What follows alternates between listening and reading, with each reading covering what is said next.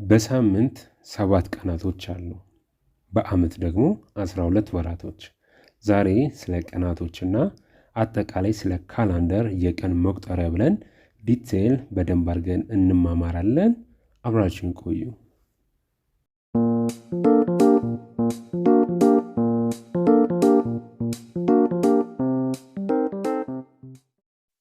ስለ ካላንደር ወይም የቀን መቁጠሪያ ስናነሳ በመጀመሪያ የምናገኘው ቀናቶችን ነው። ዴይስ ይሉታል እነሱ ቀናቶች።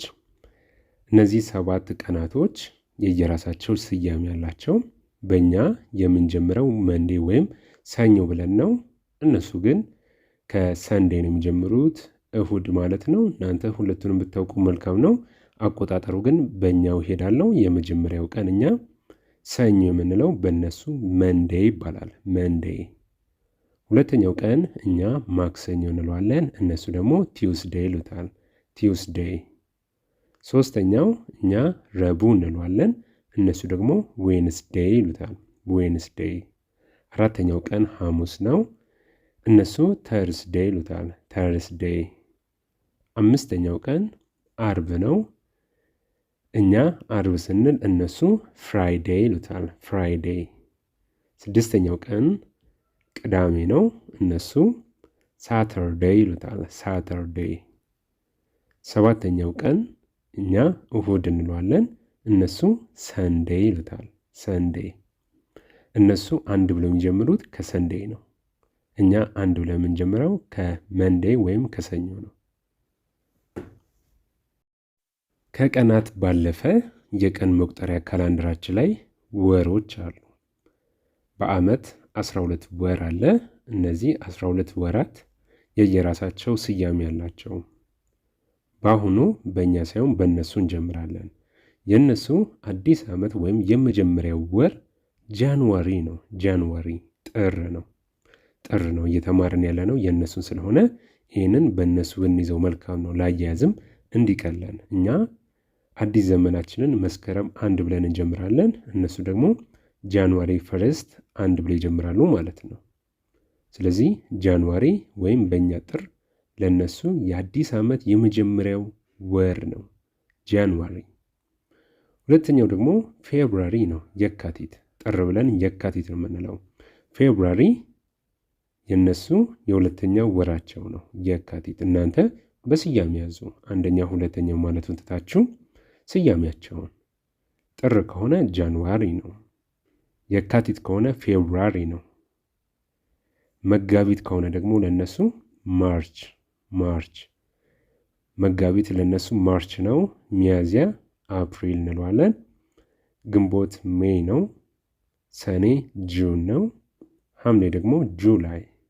ወደ ቀጣዮቹ እንሄዳለን። እናንተ ግን በደንብ እያያችሁ እዚህ መሃል ላይ አዳዲስ የሆናችሁ ሰዎችም አላችሁ። ይህንን የምትረዱም ስላላችሁ ፈጠን ፈጠን እያልኩኝ ወደ ሌሎቹ ለማለፍ ስለመሞከር እናንተ በደንብ መያዝ የምትፈልጉ ሰዎች አቁማችሁ በደንብ መያዝ ትችላላችሁ፣ ወይም ደግሞ በደንብ እየከለሳችሁ እያዳመጣችሁ መከታተል ትችላላችሁ። እኔ ፈጠን ፈጠን እያልኩ አልፋለሁ። ሜይ ግንቦት ብለናል። ጁን ሰኔ ጁላይ፣ ሐምሌ ኦገስት ነሐሴ፣ ሴፕቴምበር መስከረም የኛ የመጀመሪያው ወር ሴፕቴምበር ነው። መስከረም ኦክቶበር፣ ጥቅምት፣ ኖቬምበር፣ ህዳር፣ ዲሴምበር፣ ታህሳስ። እነሱ ጋር ዲሴምበር የመጨረሻ ወር ነው። ከዛ በኋላ ጃንዋሪ ጥር የመጀመሪያ ወራቸው ይሆናል ማለት ነው። አዲስ ዓመታቸው ጃንዋሪ። ከቀን መቁጠሪያ ጋር በተገናኘ ደግሞ ይህንን ባመጣው ይጠቅማችኋል ብዬ ነው። ቀናቶችን እነሱ እንዴት ነው የሚጠሩት? አንደኛ፣ ሁለተኛ፣ ሶስተኛ ብለው ለመጥራት ሲፈልጉ እነሱ ፈርስት፣ ሰከንድ፣ ሰርድ፣ ፎርዝ፣ ፊፍዝ እያሉ ሄዳሉ ማለት ነው። እነዚህን እንድታውቁት ነው። አንደኛ ቀን፣ ሁለተኛ ቀን ማለት ሲፈልጉ እነሱ ፈርስት ዴይ፣ ሰከንድ ዴይ እያሉ በእንደዚህ አይነት ሁኔታ ነው የሚጠሩት። እነዚህንም ከቀን መቁጠሪያ ጋር የተገናኙ ስለሆኑ እንዲሁ ገረፍ አድርገን አይተናቸው እንድናልፍ ነው። እሺ እየተለማመድን እንቀጥል። ዛሬ ሰኞ ነው ማለት ፈልጋችሁ እንዴት ነው የምትጠቀሙት? እየተማማረን የምንገኘው ስለ ካላንደር ወይም የቀን መቁጠሪያ ነው። ስለ ቀኖች እየተማማር እንገኛለን። ዛሬ ሰኞ ነው በሉኝ እስቲ። ቱዴይዝ ማንዴ አይደለ? ቱዴይዝ ማንዴ። ቱዴይ ኢዝ ብላችሁ ቀኑን ወይም የቀኑን ስያሜ ብቻ መጨመር ነው ማለት ነው። ዛሬ ማክሰኞ ነው፣ ዛሬ አርብ ነው፣ ዛሬ እሁድ ነው ማለት ከፈለጋችሁ ቱዴይ ኢዝ ብላችሁ ከዛ በኋላ ቀኑን ብቻ መጨመር ነው። ለምሳሌ አርብ ነው ማለት ከፈለጋችሁ አርብ ምንድን ነው? ቅድም አይተናል አይደለ? ፍራይዴ። ቱዴይዝ ፍራይዴ። እሁድስ ሰንዴ። ቱዴይዝ ሰንዴ። ምናልባት ቅዳሜ ማለት እስከፈለጋችሁ ቱዴይዝ ሳተርዴ። አሁን ደግሞ እናንተ ዛሬ ቀኑ ማክሰኞ ነው በሉኝ፣ ማክሰኞ ነው በሉኝ። ራሳችሁ አሁን እየሰማችሁ በሉት በሉት። ምናልባት ስጽፈው ይቀለኛል የምትሉም ሰዎች ካላችሁ ኮሜንት ስር ላይ ጻፉልኝ። ትናንትናስ ምን ነበረ? የስተርዴይ ወዝ። ዛሬ ቅዳሜ ነው ካለን የስተርዴይ ምንድን ነው? አርብ ነው አይደለ? ስለዚህ ትናንትና አርብ ነበር። የስተርዴይ ወዝ ፍራይዴይ። ትናንትና ማክሰኞ ነበር። የስተርዴይ ወዝ ቲውስዴይ። እንዲህ እያላችሁ ትናንትናውንም ማስታወስ ትችላላችሁ። ከዚህ ቀደም ብዙ ትምህርቶች ተማምረናል። ከዛም ውስጥ ደግሞ ቴንስ ነው። ቴንስ ጊዜ ነው። ሁልጊዜም ንግግራችሁ ከጊዜ ጋር እየተቃኘ ነው የሚሆነው። አሁን ላይ የሆኑ ድርጊቶችን ልትናገሩ ትፈልጋላችሁ። ያለፉ የተጠናቀቁ ድርጊቶችን መናገር ትፈልጋላችሁ። እንዲሁም ወደፊት ሊሆኑ የሚችሉ ድርጊቶችንም መናገር ትፈልጋላችሁ። እነዛ መናገር ስትፈልጉ ደግሞ በእንግሊዝኛ ቋንቋ የራሱ የሆኑ ህግጋቶች አሉ የምትጠቀሟቸው። ስለዚህ እነሱ እዚህ ጋር መጥተዋል። የመጀመሪያው ኢዝ ነው። ከዚህ ቀደም በደንብ አድርገን ስለተማማር ዲቴል አልገባም፣ ግን ኢዝ መሆንን የሚገልጽልን አሁናዊ ነው። አሁናዊ ነው። አሁን እየሆነ ያለውን የምንገልጽበት ነው። ለምሳሌ ቱዴይ ኢዝ ማንዴ ስንል ዛሬ ሰኞ ነው እያል ነው። ስለዚህ አሁን ምንድን ነው? ሰኞ ነው። ወዝን ስንጠቀም እዚህ ጋር ደግሞ ያለፈ ነው። ኢዝን ወደ ወዝ ስንቀይረው ሆኖ ያለፈ ነው። እዚህ ጋር አሁን የስተርዴይ ወዝ ሳንዴይ ካልን ትናንትና ምን ነበር እያለን ነው? እሁድ ነበር። ስለዚህ ትናንትና አልፏል፣ ተጠናቋል። ያለፈውን ስንናገር ነው። እዚህ ጋር ዊልን ጨምረናል። ሶስተኛው ምሳሌ ላይ ነው። ዊል ደግሞ ወደፊት የሚሆነውን የሚገልጽልን ነው። ዊል ወደፊት የሚሆነውን የሚገልጽልን ነው። ቱሞሮ ዊል ቢ ሞንዴይ ወይም ደግሞ ቱሞሮ ዊል ቢ ቲውስዴይ ካለን ነገ ምን ይሆናል እያለን ነው? ማክሰኞ ይሆናል እያለን ነው። ነገ ማክሰኞ ይሆናል እያለን ነው። ስለዚህ አሁናዊ፣ ያለፈ እንዲሁም ወደፊት ስንጠቀም ቃላቶች ይለያያሉ። ከዚህ ቀደም ተማምረናል። ከዚህም በኋላ በደንብ እየተማማርን እየተለማመድን የምናልፈው ነው። ነገ ቀኑን አስገብታችሁ ይሆናል ማለት ስትፈልጉ ቱሞሮ ዊል ቢ ከዛ የቀኑ ስያሜ መጥቀስ ትችላላችሁ። ቱሞሮ ዊል ቢ እናንተ ጥቀሱ። ከሰባቱ ቀናቶች እናንተ አንዱን ጠቅሳችሁ ተለማመዱ። እነዚህ አሁን ስትማሯቸው እጅግ በጣም ቀላል ናቸው። ነገር ግን ደጋግማችሁ ካልተለማመዳችሁት ይረሳችኋል፣ ይጠፋችኋል፣ ይዘነጋችኋል። ስለዚህ እንዳትዘናጉ እነዚህ ነገሮች በቻላችሁ መጠን መለማመድ አለባችሁ። አሁን ደግሞ ብዙዎች የሚምታቱበት ኤግዛክት ቀናቶችን ለመጥቀስ ስትፈልጉ በእንግሊዝኛ ቋንቋ እንዴት እንደምትጠቅሱ አሁን እንመለከታለን። ቅድም ምን ብለን ነበር? አንደኛ፣ ሁለተኛ፣ ሶስተኛ እያለን የተወሰነ ገረፍ አድርገን ያለፍነው ነበር። ፈርስት፣ ሰከንድ፣ ሰርድ፣ ፎርዝ ብለን ያየነው ነበር አይደለ? ስለዚህ በእንደሱ አይነት ሲስተም ሆኖ ወሩ ቅድሜ ይመጣል ማለት ነው። ምሳሌዎች እዚህ ጋር አስቀምጬላችኋለሁ። ለምሳሌ ግንቦት 18 ማለት ስትፈልጉ አሁን እነዚህን ራንደምሊ ነው ያመጣሁላችሁ። እናንተ የተለያየ ቀናቶችን መጠቀም ትችላላችሁ። ነገር ግን እነዚህ ምሳሌዎችን ከያዛችሁ ለሁሉም ስለሚሆኑ ነው ራንደም የሆኑ ምሳሌዎች ያመጣሁላችሁ። ግንቦት 18 ማለት ስትፈልጉ እንዴት ነው የምጠሩት በእንግሊዝኛ ቋንቋ? ሜይ 18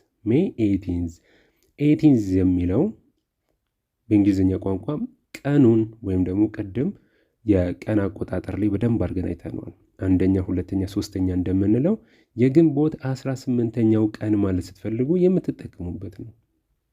ህጉ ስለሆነ ልክ እንደዚህ ነው የምትጠቀሙት እንጂ ሜይ 18 ማለት አትችሉም። ሜይ 18 ማለት አትችሉም።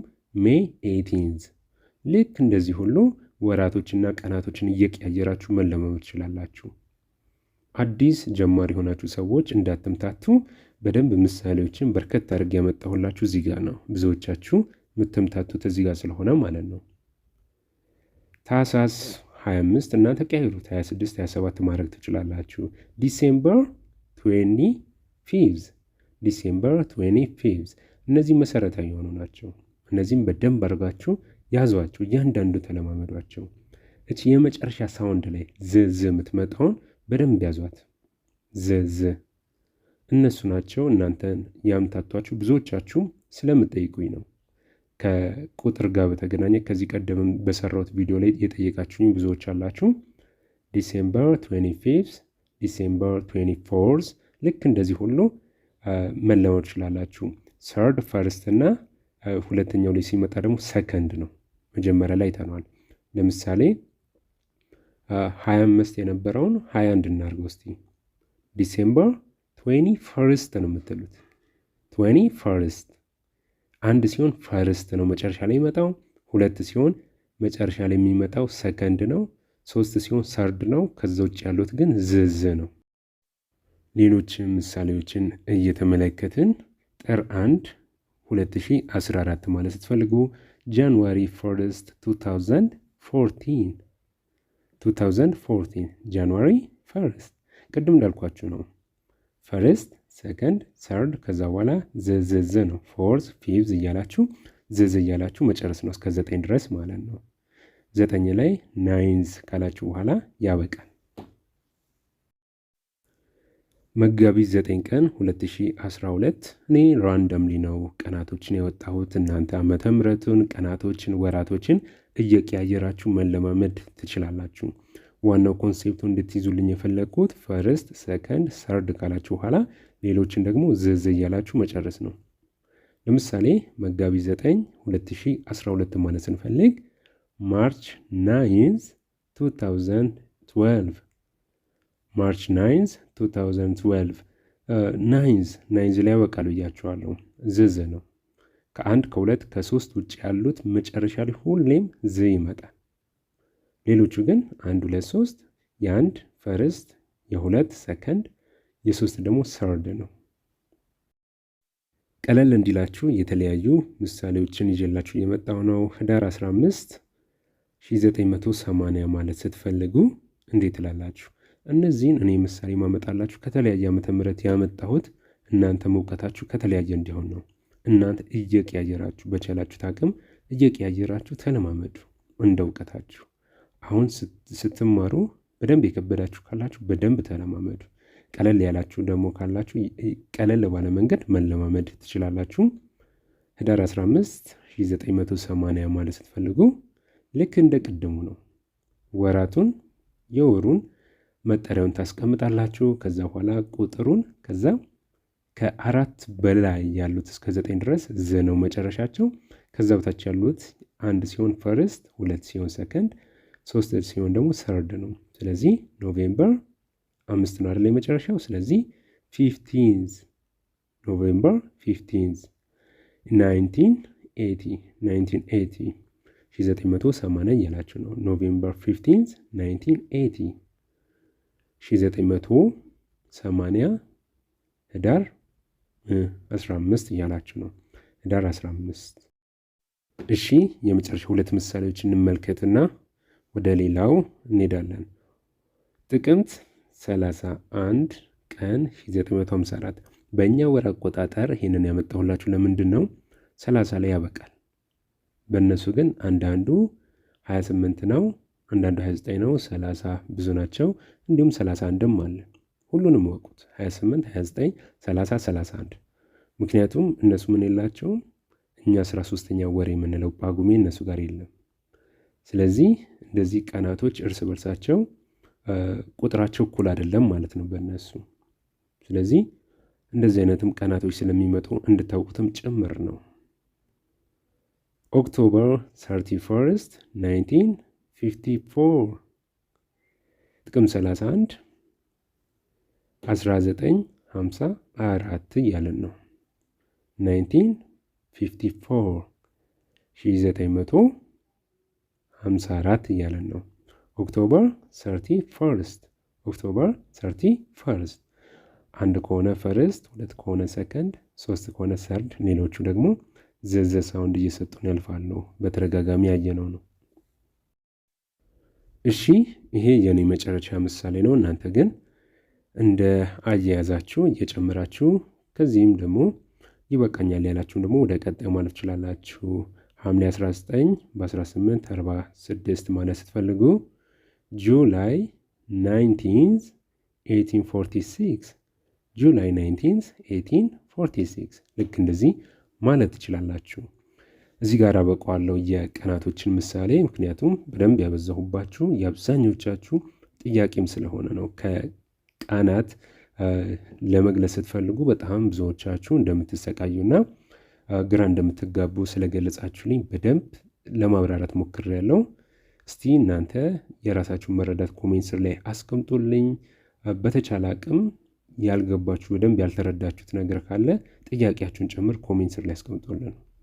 እኛ ብዙ ጊዜ ቪዲዮ የምንሰራው እናንተ ስትጠይቁን ነውና ሌላም ከዚህ ውጪ ከዚህ ርዕስ ውጪ ያላችሁን ጥያቄዎች ኮሜንት ስር ላይ ማስቀመጥ ትችላላችሁ። ጠይቁን፣ እኛ እንሰራላችኋለን። እንግሊዝኛ ቋንቋ የሚከብዳችሁ ማንኛውም አይነት ጥያቄዎች ካላችሁ ኮሜንት ስር ላይ አስቀምጡልን በዚሁ አጋጣሚ። እሺ ስለ ካላንደር የቀን መቁጠሪያ እየተማማረን እንገኛለን። ዊክዴይ የሳምንት የስራ ቀናቶች ማለት ነው። ዊክዴይ የምንላቸው ከሰኞ እስከ አርብ ነው። መንዴይ፣ ቲውስዴይ፣ ዌንስዴይ፣ ተርስዴይ ኤንድ ፍራይዴይ የሳምንቱ የስራ ቀናቶች ከሰኞ እስከ አርብ ማለት ነው። ዊኬንድ የምንለው ደግሞ የእረፍት ቀናቶች የምንላቸው ናቸው። ቅዳሜና እሁድ ሳተርዴይ ኤንድ ሰንዴይ የእረፍት ቀናቶቻችን ናቸው። ዊኬንድ ይባላሉ። ሌላኛው ሆሊዴይ ነው። ሆሊዴይ የበዓል ቀናቶች ናቸው። የተለያዩ አይነት በዓል የምናከብርባቸው ቀናቶችን ሆሊዴይ እንላቸዋለን። እኛ ሀገር በጣም ብዙ በዓላቶች አሉ። ከዛም ባለፈ ግን ብሔራዊ የሆኑ በዓላቶች ይኖራሉ፣ አገራዊ የሆኑ በዓላቶች ይኖራሉ፣ እንዲሁም ደግሞ ስያሜ ወጣላቸውን በዓላቶች ይኖራሉ። እነሱ ሁሉ በሆሊዴይ ውስጥ ይጠቃልላሉ ማለት ነው። እንደ ምሳሌም እዚህ ጋር አስቀምጬላችኋለሁ። ውጭ ሀገር የምትኖሩ ሰዎች አሜሪካ የነጻነት ቀን ታከብራለች፣ ኢንዲፐንደንስ ዴይ ይሉታል እነሱ። እንዲሁም ደግሞ በዓላቶች እንዳሉ ሆነው የእናቶች ቀን፣ የአባቶች ቀን እንደዚህ የመሳሰሉ አሉ። እነዛም እንደ ሆሊዴይ ይከበራሉ ማለት ነው፣ እዛ ውስጥ ይካተታሉ። እየተመለከትን የምንገኘው ስለ ካላንደር ወይም የቀን መቁጠሪያዎች ነው። የቀን መቁጠሪያዎች ጋር ስንመጣ ሌላኛው የምናገኘው በርዝዴይ ነው። በርዝዴይ ልደት ነው፣ የልደት ቀናችን ነው። የተወለዳችሁበት ቀን በርዝዴይ ይባላል። እሱም ከቀናቶች ጋር ስለሚመደብ እዚህ ጋር አምጥቼላችኋለሁ ማለት ነው። እሺ እስካሁን ተማምረናል፣ ስለ ቀናቶች በደንብ አድርገን አይተናል። አሁን ደግሞ እኔ ጥያቄዎች ጠይቃችኋለሁ ማለት ነው። ምን ያህል እንደተረዳችሁ ምን ያህል እንደተማራችሁ የምገመገምበት ጥያቄዎች ናቸው። የመጀመሪያው ጥያቄ ዋት ዴይ ኢዝ ቱዴይ? ዋት ዴይ ኢዝ ቱዴይ? ዛሬ ቀኑ ምንድን ነው? ይህንን ትምህርት እየተማራችሁ ነው።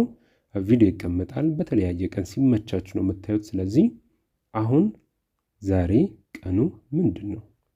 ዋት ዴይ ኢዝ ቱዴይ? እናንተ ቱዴይ ኢዝ ብላችሁ ኮሜንት ስር ላይ ምላሻችሁን ታስቀምጡልኛላችሁ። ዋት ኢዝ ቱዴይስ ዴት? ዋት ኢዝ ቱዴይስ ዴት? በዛሬው ትምህርታችን በሰፊ ያየነው ነው። የዛሬውን ቀን የምትነግሩኝ፣ የዛሬውን ቀን ትነግሩኛላችሁ ኮሜንት ስር ላይ። ዋት ኢዝ ቱዴይስ ዴት? የዛሬውን ቀን ትነግሩኛላችሁ። ሶስተኛው ጥያቄ ነው። ይህ ጥያቄ ለሁላችሁም እንዲሆን ያዘጋጀሁት። ተማሪዎች አላችሁ የሲዲል የምትማሩ እንዲሁም ደግሞ ሰራተኞችም ሆናችሁ የምትማሩ አላችሁ። በተለያየ አይነት ኮንዲሽን ላይ ያላችሁ ሰዎች አላችሁ እና ሁላችሁንም ያማከለ ጥያቄ እንዲሆን ፈልጌ ነው። መጀመሪያ ለሰራተኞች ልጠይቅ። how many days do you work a week? በሳምንት ለስንት ቀናቶች ትሰራለህ ትሰሪያለሽ? ለሰራተኞች ነው። ለተማሪዎችስ how many days do you go to school a week? በሳምንት ስንት ቀን ወደ ትምህርት ቤት ትሄዳለህ ትሄጃለሽ? እንዲሁም እንግሊዝኛ ቋንቋን ሁላችሁም ትማራላችሁ ታጠናላችሁ። ስለዚህ እናንተንም አንድ ላይ ጠቅለል አድርጌ ልጠይቃችሁ። how many days do you study a week? በሳምንት ለምን ያህል ቀናት ታጠናለህ ታጠኛለሽ? ሁላችሁም ኮሜንት ስር የየራሳችሁ ምላሽ ታስቀምጡልኛላችሁ። የዛሬው የመጨረሻ ጥያቄ ነው የሚሆነው። የመጨረሻ ጥያቄ ነው። እኔ እንደ ምሳሌ ያስቀመጥኳቸው ሀገርና ከተማ አለ። እናንተ ሀገርና ከተማውን እየቀያየራችሁ መመለስ ትችላላችሁ ማለት ነው። What year did you go to Brazil? ወደ ብራዚል የዛሬ ስንት ዓመት ነው የሄድሽው ማለት ነው ጥያቄው። ነገር ግን ምናልባት እናንተ ሄዳችሁት ብራዚል ላይሆን ይችላል። ሀገሩን እየቀያየራችሁ እናንተ መለማመድ ትችላላችሁ። ምላሽ ግን ስጡኝ እኔ ብራዚልን በተመለከተ። ካልሄዳችሁም ሄዳችሁም ካላወቃችሁ ምላሻችሁን እፈልጋለሁ።